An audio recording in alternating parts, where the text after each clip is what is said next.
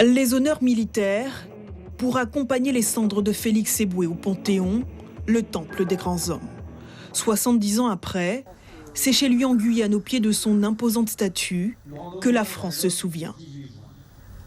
Nous honorons également la mémoire des hommes et des femmes des forces françaises libres. Gouverneur des colonies françaises d'Afrique, il se rallie à la France libre suite à l'appel du 18 juin du général de Gaulle, un tournant pour la libération de la France lors de la Seconde Guerre mondiale. Il a transformé l'économie du Tchad en économie de guerre, c'est-à-dire toute la production, donc l'or, le coton et consorts.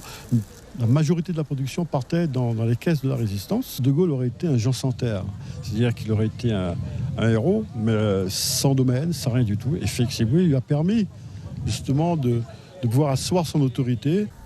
La croix de la Lorraine, comme symbole de leur mouvement de résistance.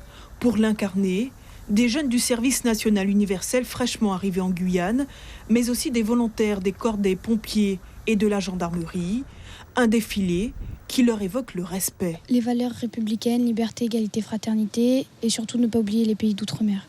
On a parlé aussi d'un Guyanais, Félix Éboué. Est-ce que vous connaissiez ce Guyanais ?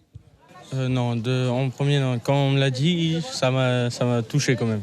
On m'a dit, il a fait tout ça pour la Guyane, c'est magnifique. Je l'ai appris comme plusieurs personnes à l'école. Et justement, à travers son histoire, on a su apprendre à le connaître, à voir son dévouement pour notre patrie et puis pour la Guyane.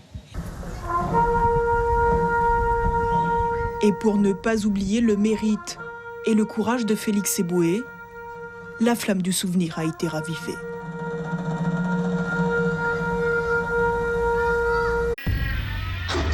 Suivez l'info sur Guyana Première, télé, radio et internet.